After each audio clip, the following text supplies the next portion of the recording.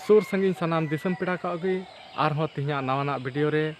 मानत सेले इन आतांग दारामे पेया और साथे नोआ अंतर अरसी पहटा सेट खना मानत जोहार हन चालते कना तबे खान दिसम पेड़ा को तिहिन दो मिद उनकाना सताम इदी कते आपे को तलारें सदर कना ओका दो मिद जामताड़ा रे निक कनाय बिमल बास्की उनी आबो को ठेन मिद कुकली दहो कदा और ओना कुकली रिया तेला लई तिगी लगी और ओना कुकली रिया तेला लई लगी तिगी तेहिन आपे को समारें हेज सेटेर कना और नोआ वीडियो इन बनावे कान ताबना तबे खान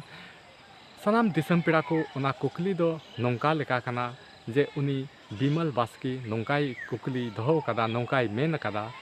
नोंका कुकली दहो कदा जे आबो समाज रे गोगो ताकू मा बोहग रेको सिंदूरोग कना मेनखान अडी ओंका मिद बार को नेलोगोग कना बाबा ताकू हो चेंदी रेको सिंदूरोग कना आदो नोआ बाबा ताकू चेंदी रेको सिंदूरोग कान नोआ तिना आबो समाज लगी नापाया से आबो समाज रे कान गया से बांग कना से ओका खन हेज कना और नोआ सिंदूर ते आबो समाज मजोग कना से बड़ीजोग कना से नोआ सिंदूर रिया भेद चेक कना नोआ कुकली दहो कदा आदो तिहिन दो नोआ वीडियो रे नोआ कुकली रिया तेलागिन लया आदो सानाम दिसम हरो ठेन आरोज बेना जे नोआ वीडियो एहब खय मुचाद हाबि नेल ताबन पे तबे खान गी नोआ कुकली रिया तेला से नोआ सिंदूर रिया भेद कथा से आबोआ कना से बांग कना से ओका खन हेज कना नोआ को जतो बुन बाडाय दाड़ेया तबे खान बांग बिलम कते वीडियो दोबन एतहब एड कना तबे खान सानाम दिसम पेड़ा को आबो बन बाड़ाय गया आबो समाज रे आबोरेन लेखा जोखा हर अकय दो मंझी जगमंझी नायकी गुडित कुडम नायकी और लासेर टिंगा नुकु को लेखा जोखा हर चलाव बेनाव लगी नोआ समाज नापाय अकयते चलाव को लगी नुकु आबोरेन हर मेना कोताबोना आदो नुकु को हर आपान अपिना समाज रे हिस्सा भागीदारी कमी साब काते को कमिये कानते आबो नोआ समाज चलाव बेना कान ताबोना मेनखान आबो समाज रेन अडी उतर हड़गी निया बाबन बाडाया जे आबो समाज रेन अडी उतर हड़गी निया दोबन बाडाय गया आबो समाज रे नुकु को लेखा जोखा हड़ मेना कोआ आरहों नुकु खय लाहारे आरहों अकय को ताहे कना से मेना कोआ नोआ कथा जतो उतर दो ना पासे बाबन बाडाय कना आदो कथा दो उना एतहब खनि इदिये ताबोना कथा दो नोंका कना जे आबो अगिल हापराम को लया बांगमा आबो दो आदिवासी से हड़ आबो दो पहिल दो नोआ धरती नोआ दुनिया बीर गजार ते पेरेज ताहे कना और आबो दो उनकागी हांडे नांडे खन बिड्रेव ते आबो आतो टोला से डिंडे बचाव से बसाव लगित ते बीर बुन मा सफालदा बीर को टंडी ले ताबोना आदो ओना ओक्ते रे ओका बीर को टंडी ले ओना ओक्ते रे एतोहब रे दो जोग मंझी पारानी मंझी से नायकी गुडित नुकु लेखा जोखा हर दो उन जोखन दो बांग को ताहे कना ओना ओक्ते रे दो गुरु को ताहे कना और गुरुआ दिशा निर्देश लेकातेगी नोआ ओका बीर टंडी रिया कमी होरा नोआ दो कमी लेना और ओना बीर टंडी कते सार सगुना लगित ते हो उनको गुरु की को लहालना और उनकुआ आदेश लेका उनकुआ अयुर लेकातेगी ओंडे ओना जगह मौज से नपाय से बांग नपाया से ओंडे जगह को चिये लेदा और को सार सगुन लेदा ओना सार सगुन लगित ते दो ओंडे सिम संडी सगुन ठिली दा और अदवा चाली इमान तेया अडी उतर ओंडे सार सगुन को दोहो लेदा और सार सगुन को नेल लेदा और ओना सार सगुन नेल कातेगी ओंडे को बाछाव लेदा ओंडेना डिडे चेक लेकाना मौज से बांग मौजा ओना को बाछाव काते आतु डिह को बसाव ले ताबोना और इन सार सगुन तायम खान गे ओंडे डिंडे बाछाव बाद गे नुकु जोग मंझी मंझी गोडित नायकी नुकु को लेखा जोखा हर ओंडे तायम तेको बेनाव ले कोआ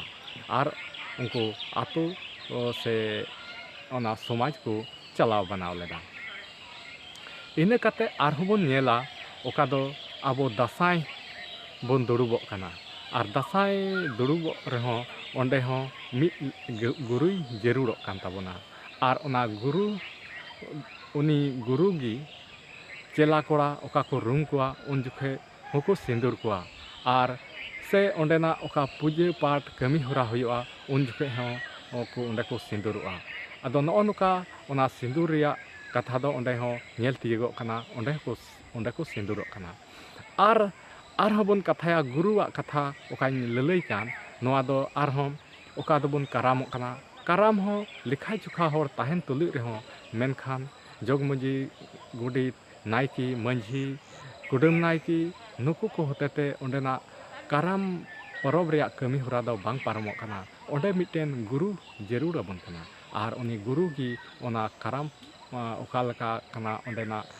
ओना काराम परब रिया कमी होरा से ओंडे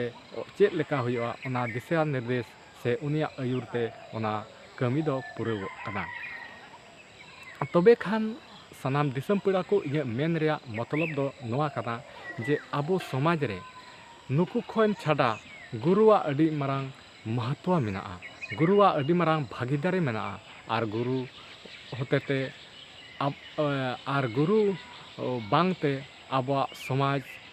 चलाव दो अडी कठिन गया और मुश्किल गया आदो तबे खान कथा दो कना ओका सिंदूर रिया कथा ओना दो गुरु ठेन खन गे ᱧᱟᱢᱚᱜ ᱠᱟᱱᱟ ओना सिंदूर दो नोआ कना जे ओका दो